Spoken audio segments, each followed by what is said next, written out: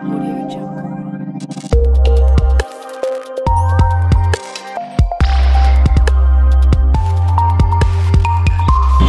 पत्रकार समितीच्या सदस्यांना पदाधिकाऱ्यांना पहिलं शुभेच्छा देतो। आपले कृती समितीचे पत्रकार सैफनभाई शेख यांच्यावर जो खंडणीचा गुन्हा दाखल झाला होता तो त्या गुन्ह्याला त्यांनी आव्हान दिलं।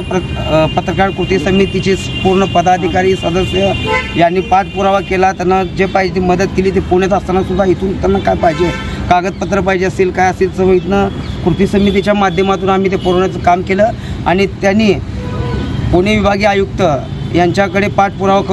सत्य परेशान हो सकता है लेकिन पराजित नहीं हो सकता। आज इसका जीता जागता उदाहरण हमको यहाँ देखने मिला है।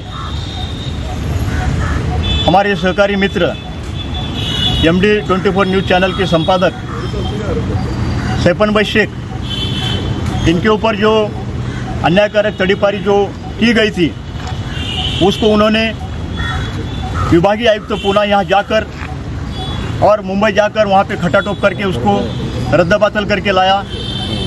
और आज यहाँ पे पत्रकार कृति समिति के सभी पदाधिकारी, सभी सदस्य और उनके सभी चाहने वाले मित्र लोग यहाँ पे आज मौजूद हैं। सबसे पहला मैं उनका सबका शुक्रिया अदा करता हूँ। और आज इस मौके पर हमारे पत्रकार कृति समिति के सभी सदस्य मित्रों को मैं नववर्ष की शुभकामनाएं देता हूँ।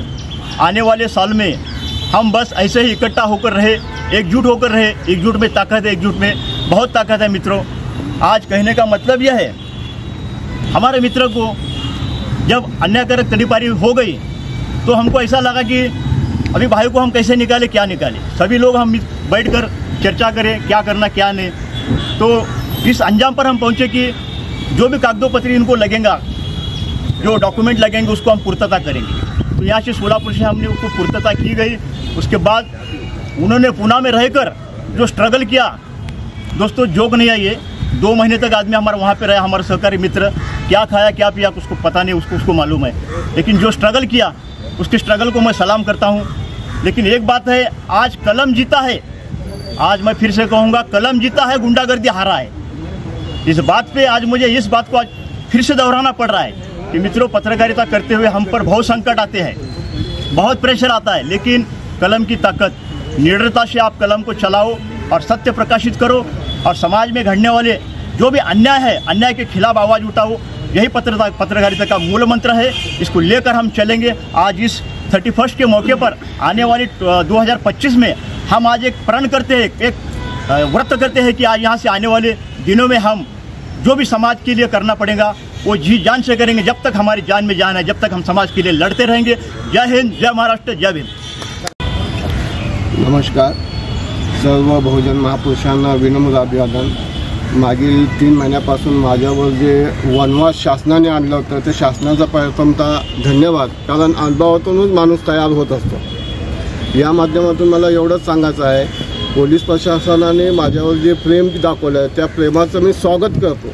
कारण मी ज्या तपून 3 महिने जे वनवास काढला आहे, परत असं प्रवास कोणाला येऊ नये ही कळकळीची विनंती आहे। आणि पण पत्रकारांना एवढंच सांगायचं आहे, तुम्ही आपली लेखणीच्या माध्यमातून निर्भीडपणे काम करत राहा। तुमच्या पाठीशी सोलापूर कृती समिती हे खंबीरपणे साथ असेल। तुमची कृती समिती असल्यामुळेच आज मी इथं बाहेर आलो, त्यांच्या ऑक्सिजनामुळेच मी बाहेर आलो। मग ते इनो सातार असतील, पठाण सर असतील, DD पांडे असतील, असे लोक आपल्याला जे कृती समितीच्या माध्यमातून जे आपल्याला पाठबळ दिलं, त्यामुळेच आज मी 3 महिन्याच्या वनवासातून बाहेर आलो। कारण काय सांगतो, लेखणी करत असताना निर्भीडपणे मांडणी करा। काही लोक असतात चाटुकरी करणार, त्यांना चाटुकरी करू दे।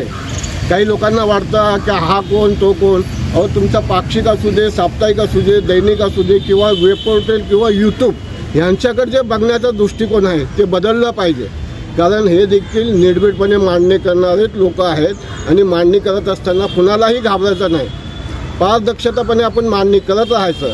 पोलीस प्रशासनाचं काम केलं, आपण आपलं काम करायचं। कारण माझं जे चॅनल आहे महाराष्ट्र दर्पण 24 न्यूज, म्हणजे लोकांना दर्शन म्हणजे पारदर्शकपणे दाखवणं हाच माझं काम आहे।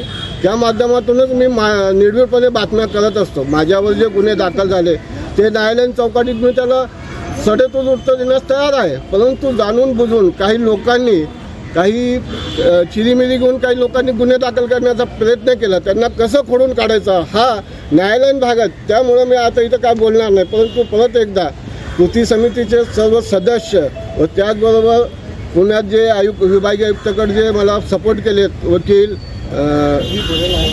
कुणाल टोनपे सर असतील, काटकर सर असतील, त्याचबरोबर मनीष देशपांडे जे संविधान प्रचारक आहेत, त्याचबरोबर सोलापूरचे आवटी सर असतील, असे अनेक सामाजिक कार्य मला महाराष्ट्रातून प्रत्येक कोनाकोपऱ्यातून फोन आलेत. प्रत्येक जणांनी माझी मला जे हिंमत दिली त्याचाच आज हा फलित आहे, त्याचाच हा विजय आहे. म्हणून मी सर्वांच्या मनापासून अभिनंदन करतो, आभारी आहे त्यांचं.